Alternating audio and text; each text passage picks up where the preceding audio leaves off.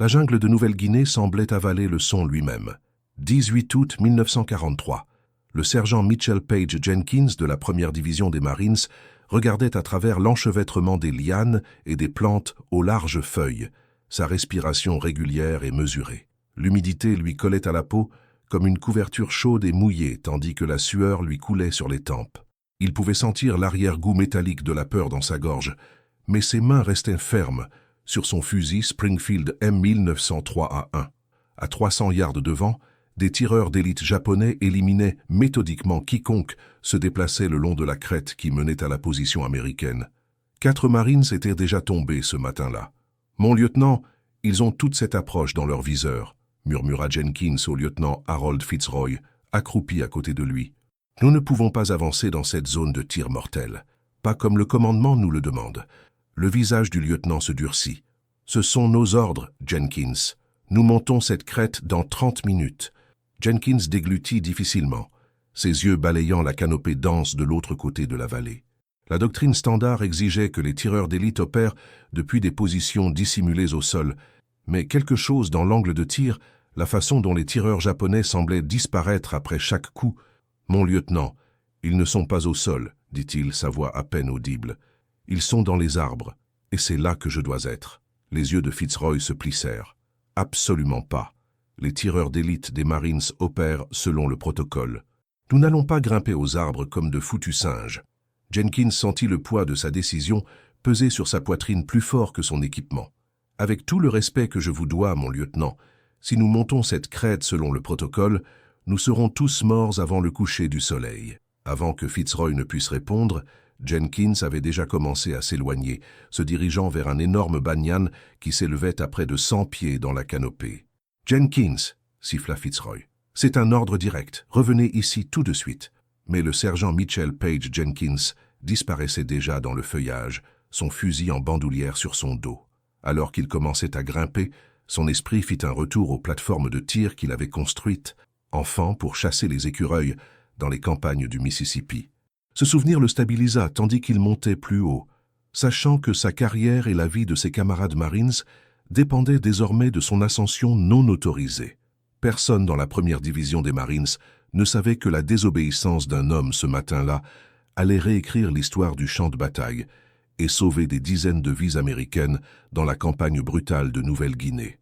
Mitchell Page Jenkins est né le 30 juin 1921 dans la petite ville de Greenwood, Mississippi, le 3e fils de métayers qui travaillait dans les champs de coton appartenant à la famille Patterson.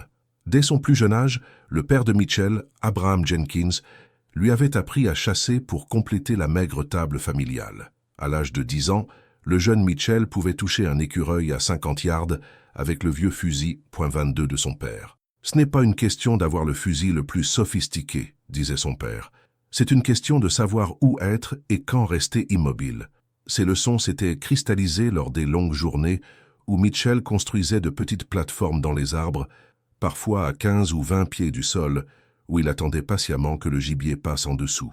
Ses frères aînés préféraient chasser depuis le sol, mais Mitchell trouvait que l'élévation lui donnait un avantage distinct, tant en termes de visibilité que pour maintenir son odeur au-dessus des animaux. Son enfance ne fut pas facile. La famille Jenkins était confrontée non seulement à la pauvreté écrasante du Mississippi, de l'ère de la dépression, mais aussi aux dures réalités de la ségrégation raciale dans le Deep South. L'école était un luxe que Mitchell ne pouvait se permettre que sporadiquement entre les saisons de récolte, mais il dévorait les livres dès qu'il en avait l'occasion, en particulier tout ce qui concernait la mécanique ou l'ingénierie. « Ce garçon a un esprit comme un piège d'acier », disait fièrement sa mère aux voisins, toujours à comprendre comment les choses fonctionnent, comment améliorer quelque chose. Pour son 17e anniversaire, Mitchell était devenu un jeune homme grand et mince avec des mains étonnamment stables et des yeux vifs. Le médecin local avait un jour commenté que Mitchell avait l'acuité visuelle la plus remarquable qu'il ait jamais testée, capable de lire la dernière ligne du tableau de l'ophtalmologiste à 2 fois la distance standard. Mais les opportunités pour un jeune homme noir dans le Mississippi restaient sévèrement limitées, et Mitchell le savait. Lorsque la guerre est arrivée en Amérique le 7 décembre 1941, Mitchell avait 20 ans et travaillait comme assistant mécanicien dans un garage à Jackson. Le propriétaire, M. Callaway, avait reconnu le talent de Mitchell pour le dépannage et avait pris le risque de l'embaucher malgré les plaintes de certains clients blancs. Le jour après Pearl Harbor, Mitchell fit la queue au bureau de recrutement, seulement pour se faire dire que le corps des Marines n'acceptait pas les candidats de couleur. La politique lui fit mal, mais n'était pas surprenante. Il s'engagea plutôt dans l'armée où il fut affecté à une unité de soutien ségrégée. Il n'avait aucune idée qu'un ordre présidentiel allait bientôt tout changer et que ses compétences de chasseur acquises dans les arbres du Mississippi deviendraient bientôt la différence entre la vie et la mort pour des dizaines d'hommes. En juin 1942, le président Roosevelt a publié l'Executive Order 8802, qui interdisait la discrimination raciale dans l'industrie de la défense et le gouvernement. Bien que cela n'ait pas immédiatement intégré les forces armées, cela a exercé une pression pour que toutes les branches commencent à accepter des recrues noires. Plus tard cet été-là, le corps des Marines a commencé à accepter à contre-cœur ses premiers Marines noirs, bien qu'ils aient été entraînés séparément au camp Montford Point, une installation ségrégée près de Camp-le-Jeune, en Caroline du Nord. Jenkins, toujours dans l'armée mais ayant démontré une adresse au tir exceptionnelle, a demandé son transfert dès qu'il a appris que le corps des Marines avait ouvert ses portes. Ces scores de tir avaient attiré l'attention de plusieurs officiers, et la guerre s'intensifiant dans le Pacifique, le besoin de tireurs d'élite qualifiés l'emportait sur d'autres considérations. Son transfert fut approuvé en novembre 1942. À Montford Point, Jenkins et les autres recrues noirs ont été confrontés à un entraînement éreintant et à une discrimination persistante. Les instructeurs les poussaient au-delà des limites normales, apparemment dans l'intention de prouver qu'ils n'étaient pas à la hauteur des Marines blancs. Les installations étaient de qualité inférieure et les restrictions de sortie étaient plus sévères que pour les stagiaires blancs du camp Le-Jeune voisin. « Ils s'attendent à ce que nous échouions », dit Jenkins à son compagnon de chambrée un soir après une journée d'entraînement particulièrement brutale. « Mais cela signifie juste que nous devons être 2 fois meilleurs. » Et Jenkins était bon, surtout au stand de tir. Lors des qualifications, il a réalisé un score parfait, ce que seulement 3 autres stagiaires de tout le camp avaient réussi ce mois-là. L'officier du stand de tir, un sergent d'artillerie bourru nommé Magruder, avait fixé la cible de Jenkins, incrédule. « Où as-tu appris à tirer comme ça, recrue ?» demanda-t-il. « Les écureuils, mon sergent, » répondit Jenkins. « Les écureuils du Mississippi sont de très petites cibles. » Magruder a failli sourire. « Presque. Eh bien, les Japonais sont plus gros que les écureuils, mais ils ripostent. Souviens-toi de ça. » L'adresse au tir exceptionnel de Jenkins lui a valu un entraînement supplémentaire. Alors que la plupart des Marines de Montford Point étaient affectés à des bataillons de défense, ou à des compagnies de munitions, des unités ségrégées généralement tenues à l'écart des combats de première ligne. Jenkins a été sélectionné pour un entraînement spécialisé de tireurs d'élite, une rareté pour les Marines noirs à l'époque. L'instructeur de tireurs d'élite, un lieutenant aguerri nommé Harrington qui avait combattu à Guadalcanal, abordait l'entraînement avec un pragmatisme froid qui transcendait la race. « Je me fiche que vous soyez violette avec des pois jaunes, » dit-il à Jenkins le premier jour. « Si vous pouvez mettre des balles sur la cible, vous sauverez des vies de Marines. C'est tout ce qui compte pour moi. » Pendant ces 8 semaines d'entraînement intensif, Jenkins absorba tout, le calcul du vent et de l'élévation, la lecture du terrain, les techniques de camouflage et l'observation patiente. Mais il n'a jamais mentionné ces plateformes d'arbres de son enfance. Les tireurs d'élite des Marines opéraient selon la doctrine, ce qui signifiait tirer à partir de positions dissimulées au sol. Ces idées non orthodoxes auraient été immédiatement rejetées. Lorsqu'il fut finalement expédié pour rejoindre la première division des Marines dans le Pacifique Sud au début de 1943, Jenkins était l'un des moins de 20 Marines noirs à avoir terminé l'entraînement de tireurs d'élite. Il avait gagné ses galons de sergent, mais il savait qu'aux yeux de beaucoup, il avait encore quelque chose à prouver. Alors qu'il montait à bord du navire de transport à San Diego, un officier l'arrêta. « Sergent Jenkins, » dit le capitaine, examinant ses papiers, « Harry dit ici que vous vous êtes qualifié expert sur toutes les armes qu'ils vous ont données. »« Oui, mon capitaine, » répondit Jenkins, se mettant au garde à vous. « Bien, là où nous allons, nous aurons besoin de tous les tireurs d'élite que nous pourrons obtenir. » Le capitaine lui rendit ses papiers. « Les Japonais en Nouvelle-Guinée, ils sont comme des fantômes dans ces jungles. » Là, 1 minute. Disparut la suivante. Jenkins hocha la tête, pensant au bois du Mississippi de sa jeunesse. « Mon capitaine, les fantômes saignent toujours quand on les trouve. Il n'avait alors aucune idée que sa plus grande épreuve ne viendrait pas de l'ennemi, mais de la doctrine militaire rigide qui ne tenait pas compte des défis uniques de la guerre dans la jungle. Il ne pouvait pas non plus savoir que bientôt, ses compétences affûtées en chassant depuis la cime des arbres seraient tout ce qui séparerait la vie de l'anéantissement pour ses camarades Marines. Au milieu de l'année 1943, la guerre du Pacifique avait atteint un point critique. La campagne stratégique du Saut d'Île en île, conçue pour avancer vers le Japon, avait amené les forces alliées en Nouvelle-Guinée, une île massive juste au nord de l'Australie. Ses jungles denses, son climat étouffant et son terrain montagneux en faisaient l'un des champs de bataille les plus difficiles de la guerre. La maladie causait presque autant de pertes que le feu ennemi, avec le paludisme, la dengue et la dysenterie balayant les unités avec un effet dévastateur. Les Japonais avaient construit de vastes positions défensives à travers l'île, en particulier autour des aérodromes et des ports clés. Contrairement aux plages ouvertes de certaines îles du Pacifique, la canopée épaisse de la jungle de Nouvelle-Guinée offrait une couverture parfaite pour les tireurs d'élite et les nids de mitrailleuses cachées. Les tactiques conventionnelles se sont souvent révélées inefficaces dans cet environnement, où la visibilité s'étendait rarement au-delà de 50 yards et où les cartes étaient cruellement inadéquates pour le terrain complexe. Pour les Américains, prendre la Nouvelle-Guinée était essentiel à la stratégie du général MacArthur d'approcher le Japon via les Philippines. « Je reviendrai », avait-il promis de manière célèbre après avoir été contraint d'évacuer les Philippines en 1942. La Nouvelle-Guinée était un jalon critique vers la réalisation de cette promesse. La première division des Marines avait déjà acquis un statut légendaire après son combat brutal à Guadalcanal. Mais la Nouvelle-Guinée présentait des défis entièrement différents. La division a débarqué le long de la côte nord-est en juillet 1943, chargée de sécuriser des points stratégiques qui permettraient de nouvelles avancées vers les bastions japonais.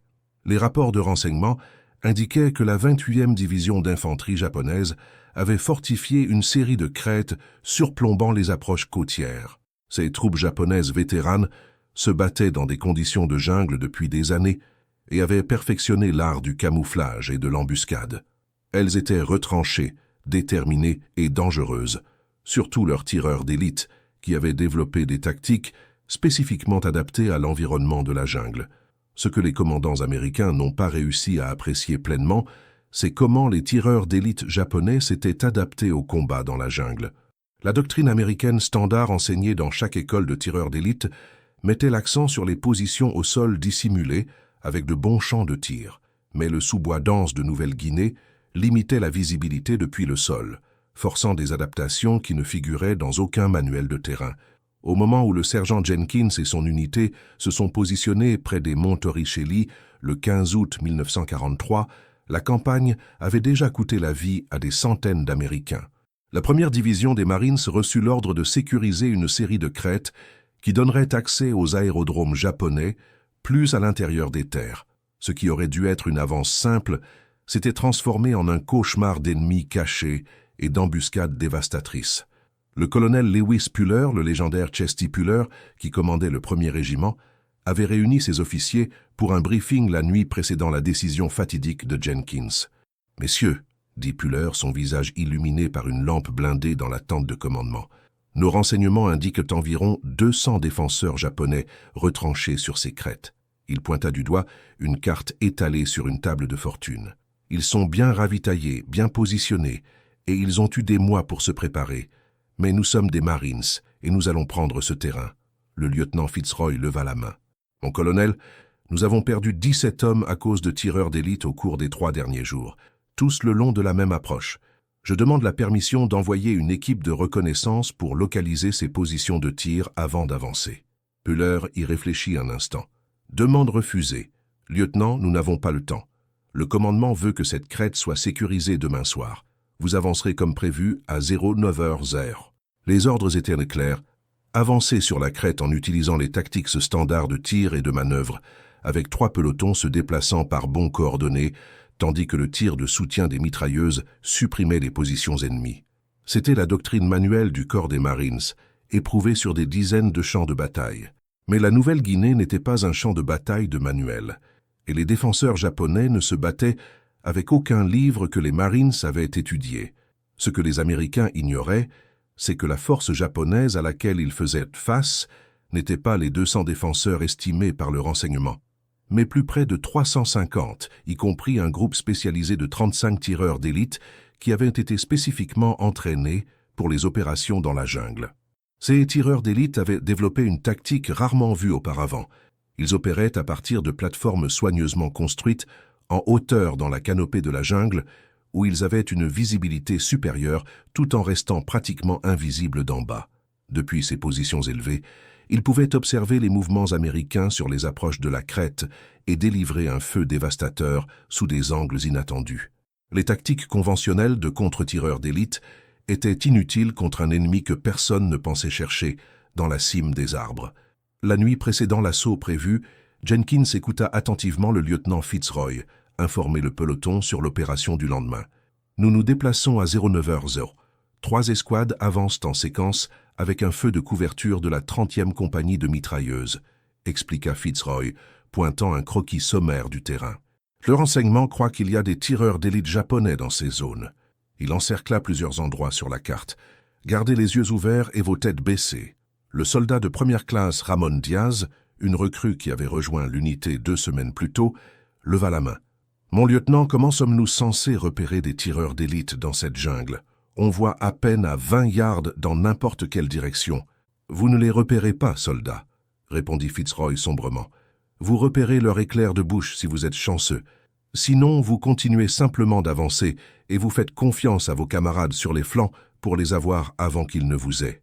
Jenkins était resté silencieux pendant le briefing, mais alors que les hommes se dispersaient pour préparer leur équipement, il s'approcha du lieutenant Fitzroy en privé. « Mon lieutenant, commença-t-il prudemment, j'ai étudié le schéma de tir de ces tireurs d'élite. Quelque chose ne colle pas. » Fitzroy leva les yeux de sa carte. « Que voulez-vous dire, sergent ?»« Les angles, mon lieutenant.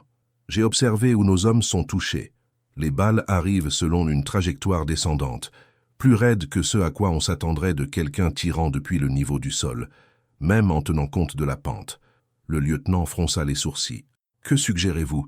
Je pense qu'ils sont au-dessus de nous, mon lieutenant, dans les arbres. C'est pourquoi nous ne pouvons pas les repérer, et c'est pourquoi notre contre-feu n'est pas efficace. » Fitzroy rejeta l'idée d'un geste de la main. « Ce n'est pas ainsi que les tireurs d'élite opèrent, sergent. Les Japonais suivent la même doctrine tactique de base que nous.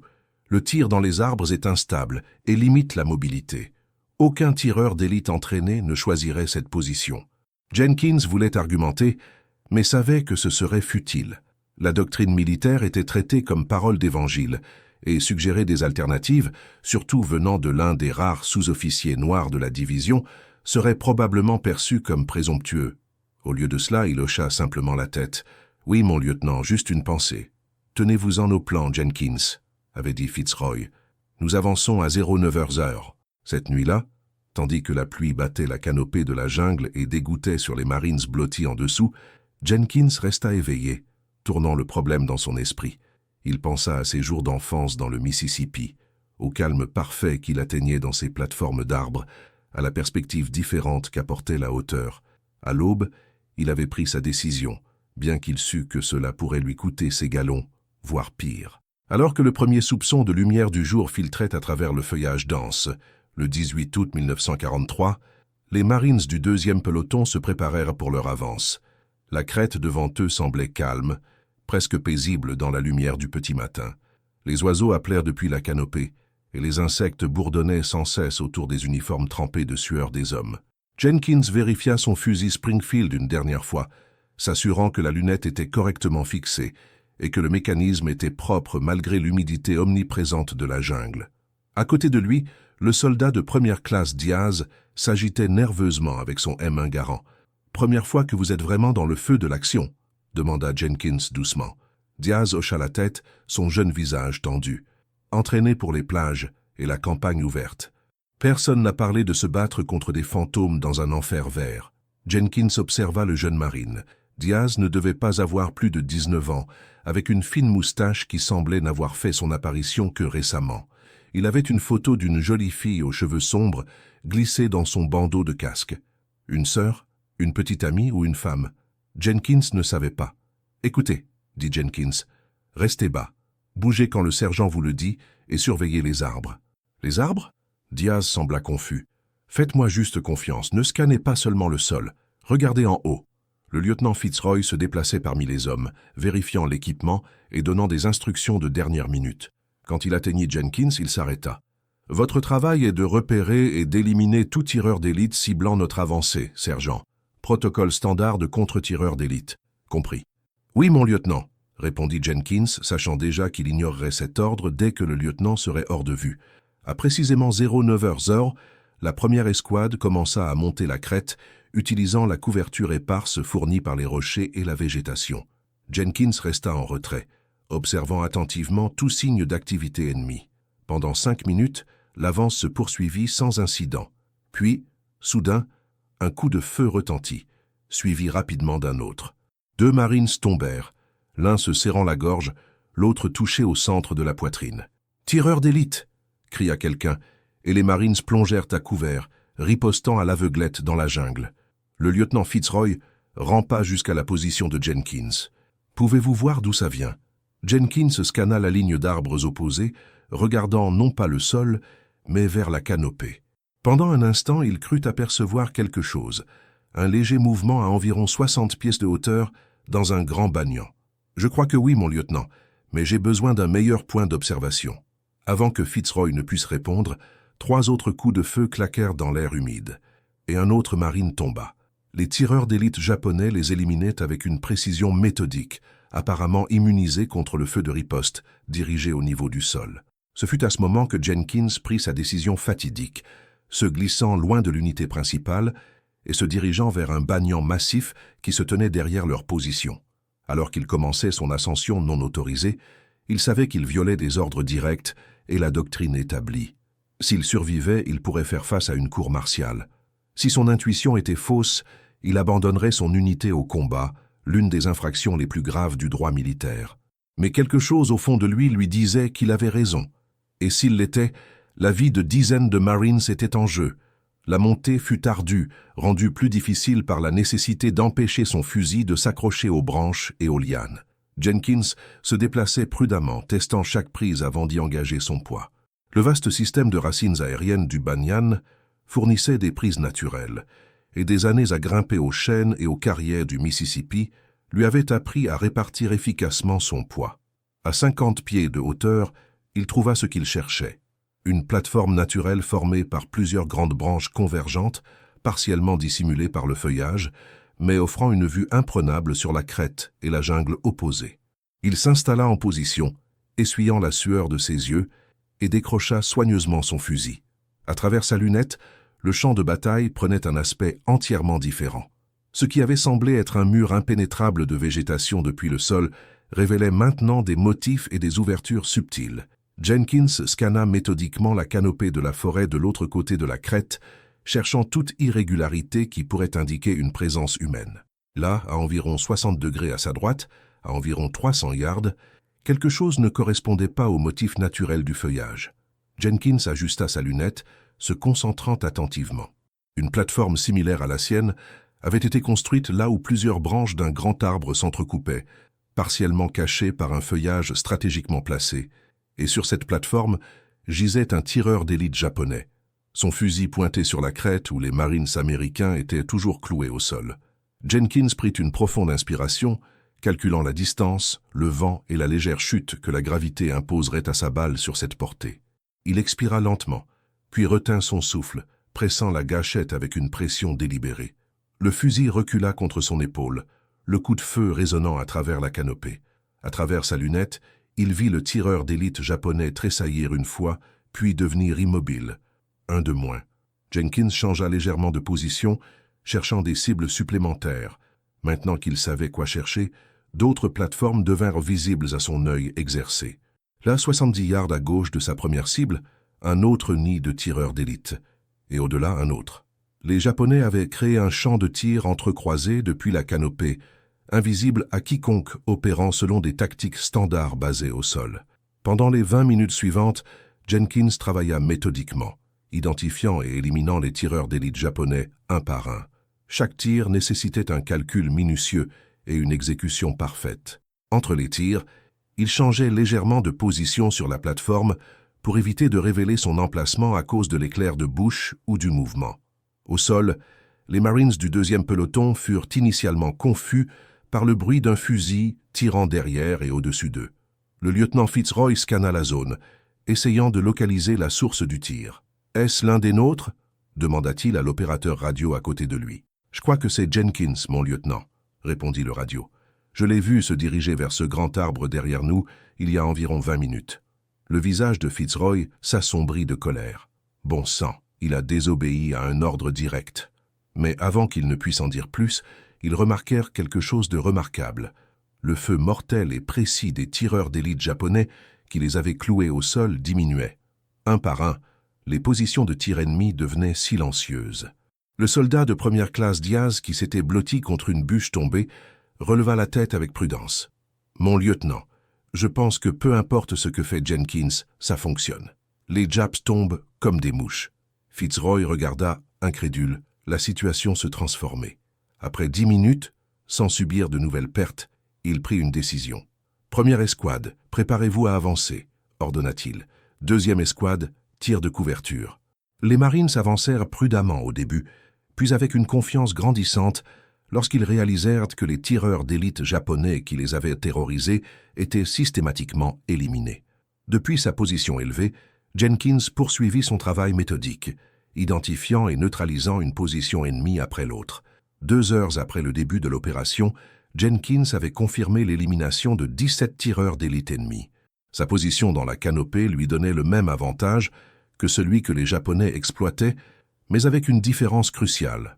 Jenkins était un meilleur tireur. Ses expériences d'enfance lui avaient appris à maintenir une immobilité parfaite sur une plateforme élevée, à tenir compte de la balistique différente du tir en hauteur et à rester invisible parmi le feuillage. Le cours de la bataille avait complètement tourné. Ce qui avait commencé comme une embuscade potentiellement dévastatrice s'était transformé en une avance américaine. Le peloton du lieutenant Fitzroy, suivi par le reste de la compagnie, poussa en avant et sécurisa la crête en milieu d'après-midi, ne subissant que des pertes supplémentaires minimes. Alors que les Marines consolidaient leur position, Jenkins resta dans son arbre, continuant de scanner les menaces. Vers 16 ans, un mouvement attira son attention. Un groupe d'environ 10 soldats japonais tentant de flanquer la position américaine par l'est en utilisant un fossé qui n'était pas visible depuis la crête. Jenkins activa la petite radio qu'il portait. « Sierra 1 à chef bleu. Mouvement ennemi sur votre flanc est. Fossé aux coordonnées Tango 7. Environ une escouade se dirige vers votre position. » La voix de Fitzroy grésilla en retour. « Copie Sierra 1. Pouvez-vous engager ?»« Affirmatif, » répondit Jenkins, ajustant déjà sa visée. Les soldats japonais, se déplaçant en file indienne à travers le sous-bois, n'avaient aucune idée qu'ils étaient sous observation. Jenkins commença à engager le dernier homme de la formation, puis remonta. Au moment où les Japonais réalisèrent qu'ils étaient sous le feu, 5 d'entre eux étaient tombés. Les autres se dispersèrent, mais la position élevée de Jenkins lui donna un avantage décisif. En quelques minutes, l'escouade ennemie entière avait été neutralisée. Au coucher du soleil, lorsque Jenkins descendit enfin de son perchoir, le nombre confirmé de soldats ennemis qu'il avait éliminés s'élevait à 27, la plupart d'entre eux étant des tireurs d'élite qui avaient utilisé les mêmes tactiques surélevées qu'il avait adoptées. Alors qu'il s'approchait de la position de commandement établie sur la crête, Jenkins se prépara au blâme qui l'attendait. Le lieutenant Fitzroy attendait, son expression indéchiffrable. « Sergent Jenkins se présente, mon lieutenant », dit-il, se mettant au garde-à-vous malgré son épuisement. Fitzroy resta silencieux pendant un long moment.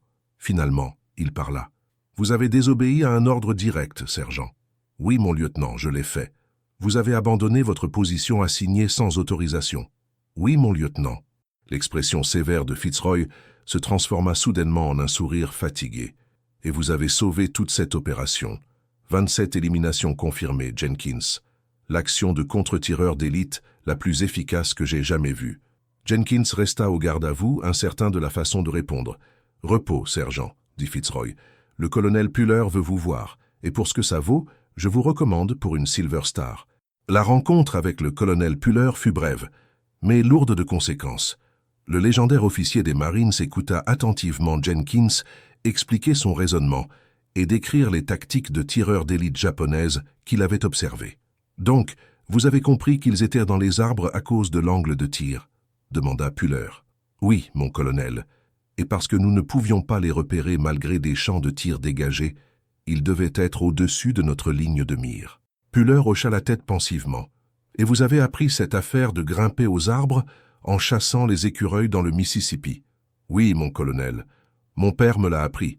Il disait que si vous voulez chasser quelque chose qui vit dans les arbres, parfois vous devez aller là où ils sont. Sagesse simple, fit remarquer Puller. Parfois, les meilleures innovations tactiques viennent de l'extérieur du manuel. Il étudia Jenkins un instant. Vous réalisez que techniquement je devrais vous passer en cour martiale pour avoir désobéi à un ordre direct au combat? Je le comprends, mon colonel. Puller fit un geste de la main, le rejetant. Mais je ne vais pas faire ça. Au lieu de cela, je veux que vous entraîniez une douzaine d'autres tireurs d'élite à ces techniques. Nous nous battions contre les Japonais, selon leurs propres termes. Il est temps que nous nous adaptions. Mon colonel, Jenkins était stupéfait. Vous m'avez entendu, sergent. À partir de demain, vous allez créer une section spéciale de tireurs d'élite, plateforme de tir surélevé, opération de contre-tireurs d'élite, tout le tralala. Le lieutenant Fitzroy vous aidera avec tout ce dont vous avez besoin. Oui, mon colonel, merci, mon colonel. Alors que Jenkins se tournait pour partir, Puller ajouta « Encore une chose, Jenkins. » Mon colonel, le rapport officiel indiquera que vous opériez sous les ordres pour tester une approche tactique expérimentale. Compris. Jenkins comprit parfaitement. Le corps des Marines n'était pas prêt à reconnaître officiellement qu'un sergent noir avait innové une tactique qui contredisait la doctrine établie. Compris, mon colonel. Les effets d'entraînement des actions de Jenkins se répandirent rapidement dans la première division des Marines. En quelques jours, il avait établi un programme d'entraînement pour des tireurs d'élite sélectionnés, leur enseignant les techniques du combat dans la canopée. Les tireurs d'élite de la ligne d'arbres, comme on les appelait officieusement, adoptèrent les méthodes de Jenkins avec enthousiasme. Le soldat de première classe Diaz fut l'un des premiers volontaires. Si Jenkins peut le faire, je peux l'apprendre. Il dit à ses amis, « Cet homme m'a sauvé la vie là-haut sur cette crête. » L'impact sur les opérations suivantes fut spectaculaire. Les tireurs d'élite japonais, habitués à opérer en toute impunité depuis leurs positions élevées, se retrouvèrent soudain vulnérables face aux tireurs d'élite américains utilisant les mêmes tactiques, mais avec une adresse au tir supérieur. Les taux de perte parmi les unités de Marines qui avançaient chutèrent significativement et l'avantage psychologique se déplaça. Un prisonnier japonais capturé fin septembre 1943 révéla l'impact sur le moral ennemi. Par l'intermédiaire d'un interprète, il expliqua « Nous pensions que les Américains ne pouvaient pas nous voir dans les arbres. Puis, soudain, nos tireurs d'élite ont commencé à mourir. Nous avons appelé cela la mort venue d'en haut. Beaucoup ont eu peur d'utiliser les plateformes.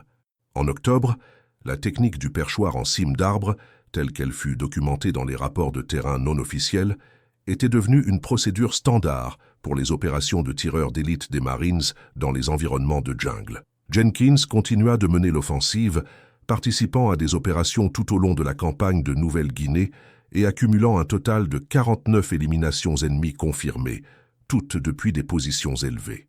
Les histoires officielles du corps des Marines décriraient plus tard ces tactiques de manière clinique. Position de tir adaptée pour contrer des déploiements spécifiques de tireurs d'élite japonais dans des environnements arboricoles. Mais les Marines qui ont combattu dans ces jungles connaissèrent la vérité. C'était Mitchell Jenkins, un sergent noir du Mississippi, qui avait changé l'équation en osant défier la doctrine lorsque la réalité l'exigeait. Le lieutenant Fitzroy, qui avait initialement résisté à l'approche de Jenkins, devint l'un de ses plus ardents défenseurs. Dans une lettre à sa femme datée du 12 novembre 1943, il écrivait « Nous avons un sergent dans notre unité, un gars de couleur nommé Jenkins, qui a sauvé plus de vies de Marines que quiconque que j'ai rencontré dans cette guerre. Il a changé notre façon de combattre dans ces jungles, grimpant aux arbres comme s'il était né pour ça, apprenant aux autres à faire de même. Sans lui, je doute que j'écrirais cette lettre maintenant.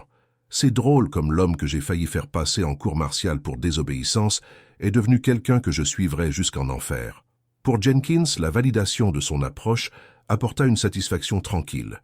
Il ne cherchait pas la reconnaissance. Il appliquait simplement les connaissances pratiques que son père lui avait enseignées des années plus tôt dans les bois du Mississippi. Lorsqu'un correspondant de guerre tenta de l'interviewer sur ses innovations, Jenkins esquiva. « Juste faire ce qui devait être fait », dit-il au journaliste. Rien de spécial à grimper à un arbre si c'est là que vous devez être. La guerre dans le Pacifique se poursuivit. Après la Nouvelle-Guinée vinrent les campagnes aux Philippines, à Peleliu et finalement à Okinawa. Jenkins a servi tout au long, sa réputation grandissant parmi ceux qui savaient, mais restant largement non reconnu dans les dossiers officiels. Ces techniques, cependant, devinrent l'entraînement standard pour les tireurs d'élite des Marines opérant dans des environnements de jungle. Lorsque la guerre se termina en août 1945, le sergent Mitchell Page Jenkins retourna au Mississippi avec une collection de médailles, dont la Silver Star, la Bronze Star et le Purple Heart, mais peu de reconnaissance publique.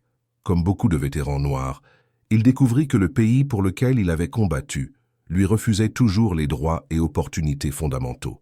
Il utilisa ses avantages du GI Bill pour étudier le génie mécanique, trouvant finalement du travail auprès d'un constructeur automobile à Détroit. Il épousa Eloise Washington, une institutrice avec qui il avait correspondu pendant la guerre, et ils élevèrent 3 enfants dans une maison modeste du côté ouest de Detroit. Jenkins parlait rarement de la guerre. Son fils aîné, Abraham, nommé d'après le père de Jenkins, se souvint plus tard. « Papa ne parlait jamais de ce qu'il avait fait dans le Pacifique. Nous savions qu'il avait des médailles dans une boîte dans son tiroir de commode, mais il ne les affichait jamais et ne se vantait jamais. Ce n'est qu'à ses funérailles que nous avons entendu d'autres Marines ce qu'il avait réellement fait. » Dans les cercles militaires, cependant, l'innovation de Jenkins a perduré. L'école des tireurs d'élite du corps des Marines à Quantico a incorporé les techniques de position de tir élevée dans son programme d'études dans les années 1950, bien que l'origine de ces tactiques ait été attribuée simplement à l'expérience du théâtre du Pacifique.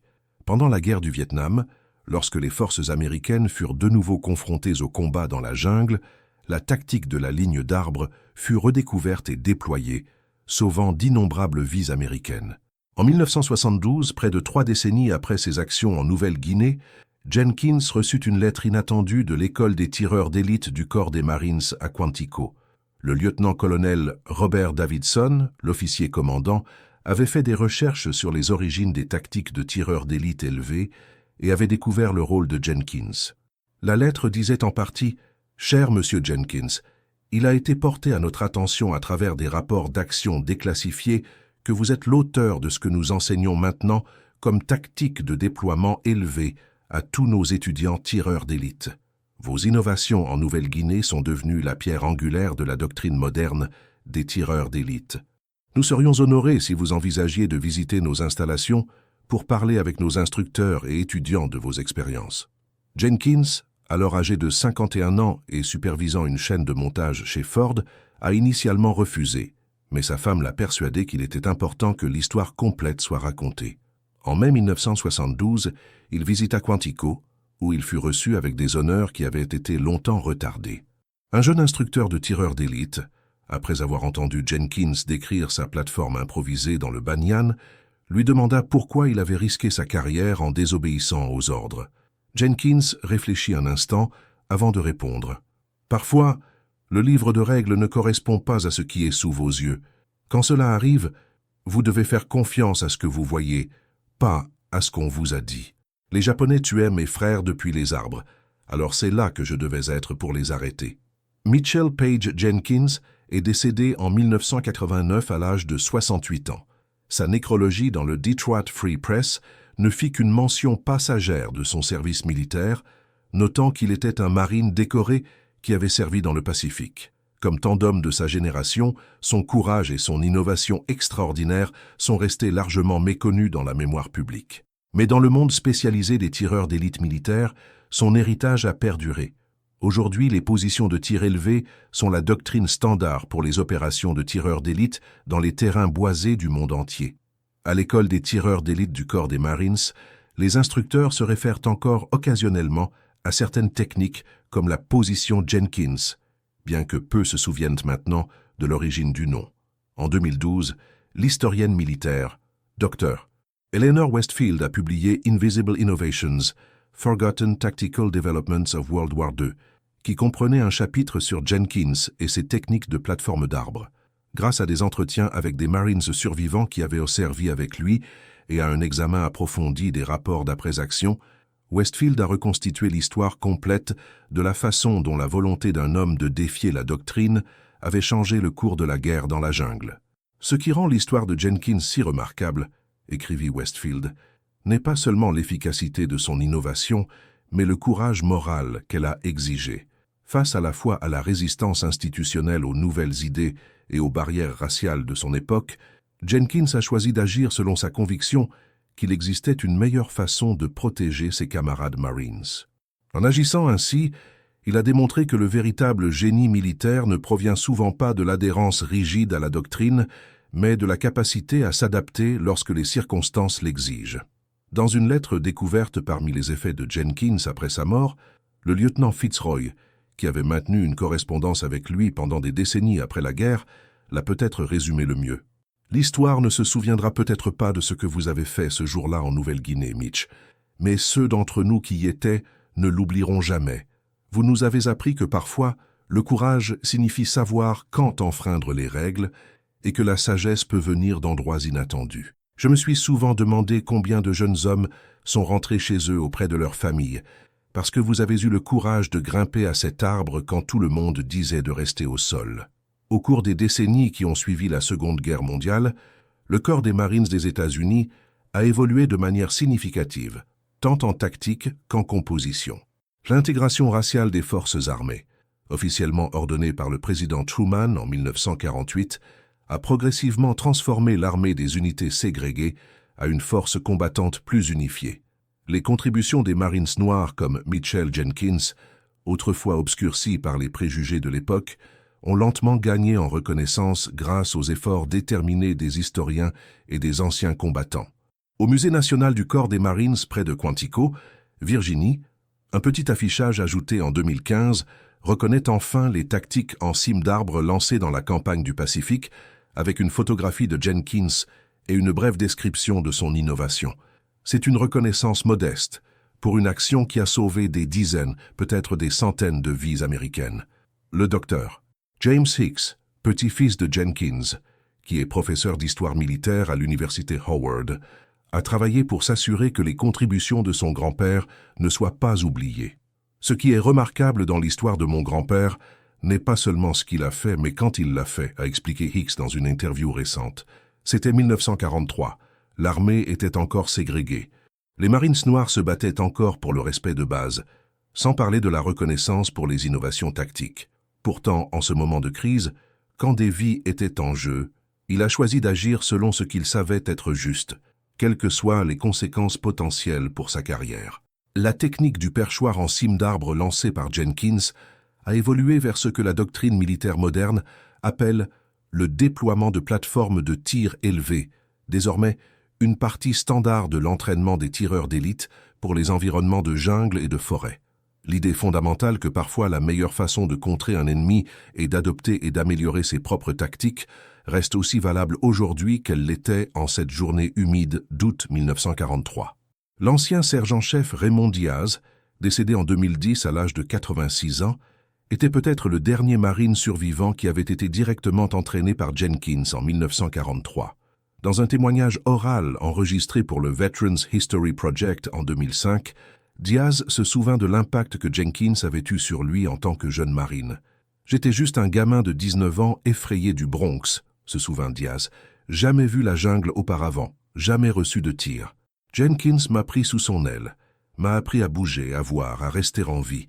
Quand il a commencé à grimper aux arbres pour attraper ces tireurs d'élite japonais, nous pensions qu'il était fou. Puis, nous avons vu que ça fonctionnait. Et soudain, nous voulions tous apprendre. » Diaz fit une pause, ses yeux lointains par le souvenir. Vous savez ce qui était ironique. Chez nous, cet homme noir du Mississippi ne pouvait pas boire à la même fontaine que moi dans certains États. Mais là-bas, dans cet enfer vert, c'était lui qui nous enseignait comment survivre. La guerre a une façon de dépouiller les absurdités et de montrer ce qui compte vraiment.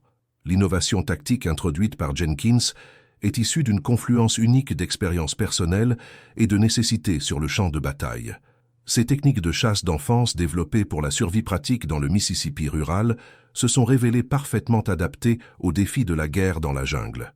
C'était un puissant rappel que l'innovation militaire efficace ne provient pas toujours des manuels d'entraînement ou de la doctrine établie, mais souvent des expériences vécues diverses que les membres du service individuel apportent au champ de bataille.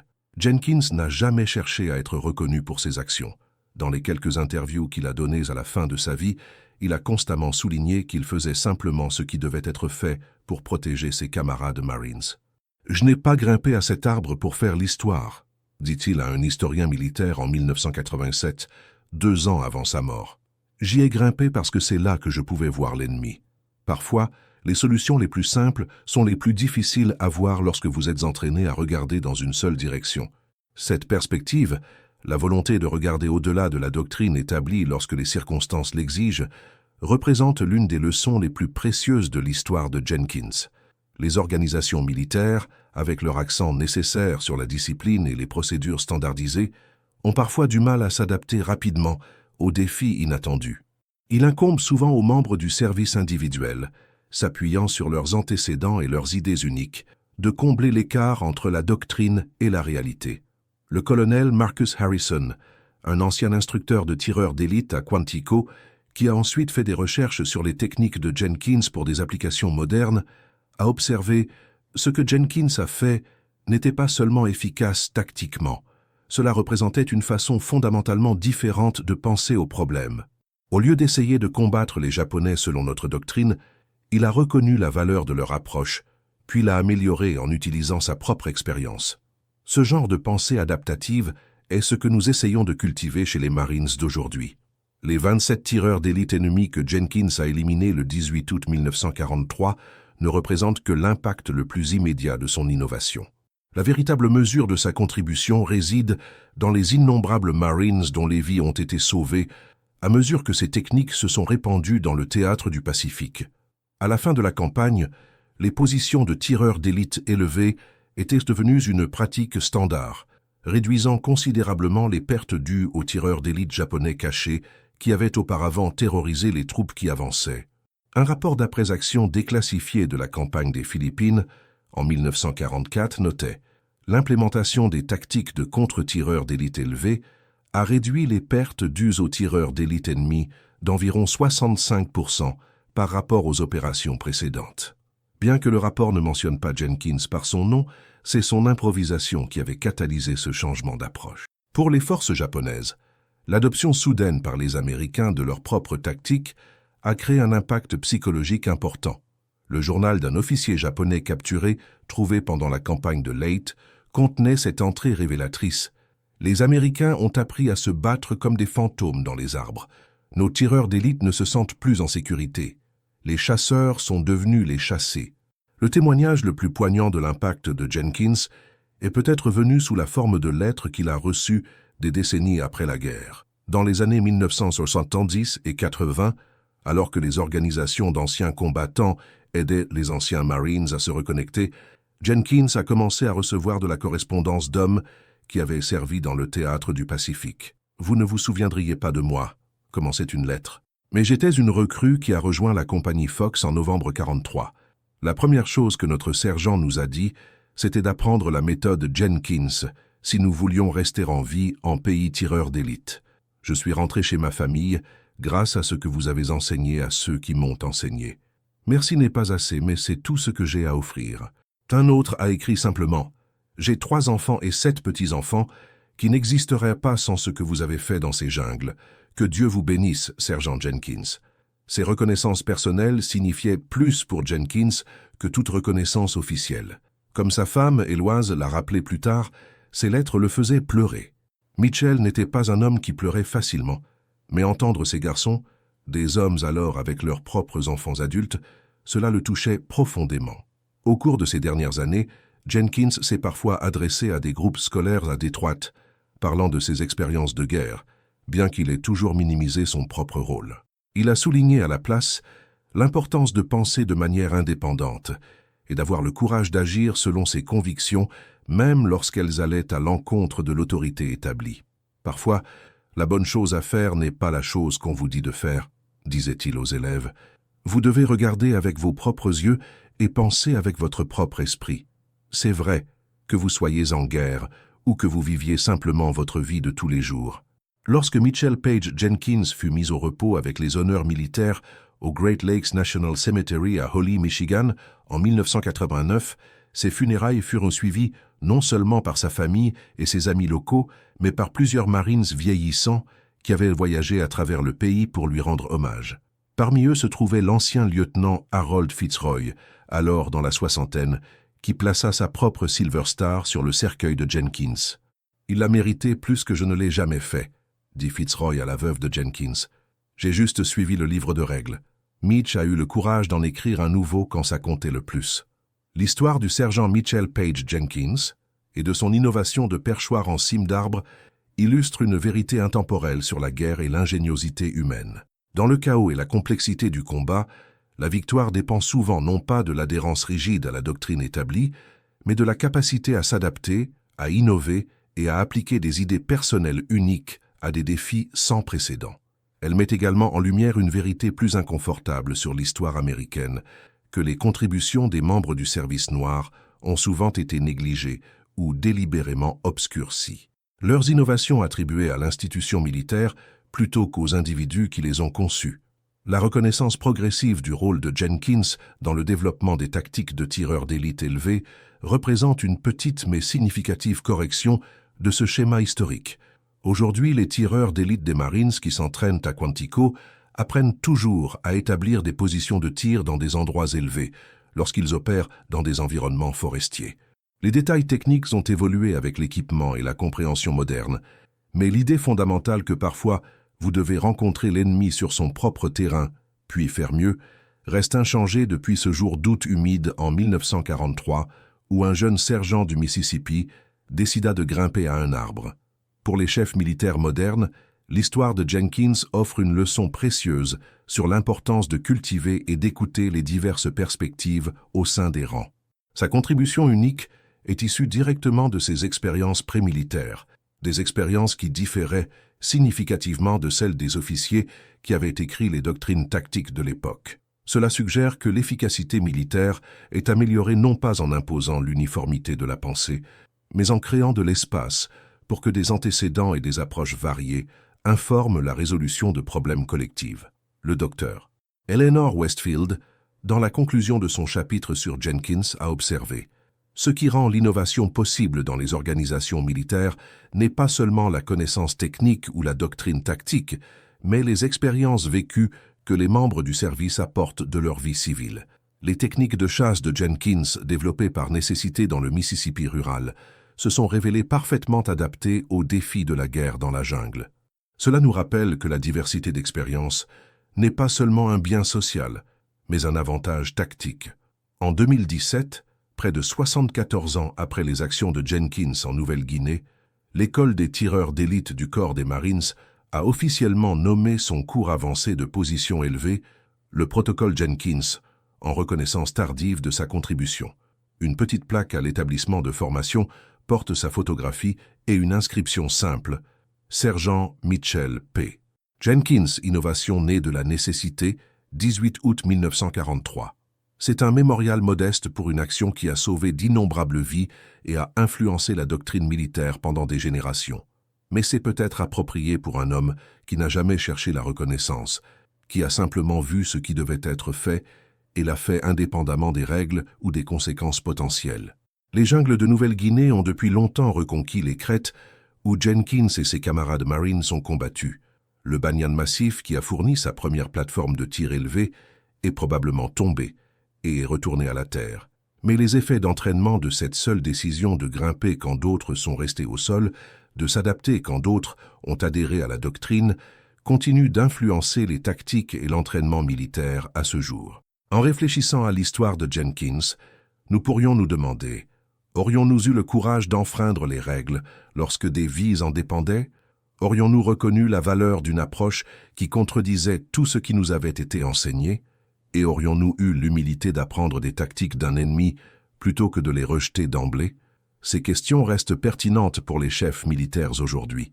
Alors que les forces du monde entier continuent de s'adapter aux menaces non conventionnelles et aux défis sans précédent, la capacité d'innover sous pression, de voir au-delà de la doctrine établie lorsque les circonstances l'exigent, est peut-être l'héritage le plus précieux du sergent Mitchell Page Jenkins et de son perchoir en cime d'arbre qui a transformé la guerre dans la jungle du Pacifique.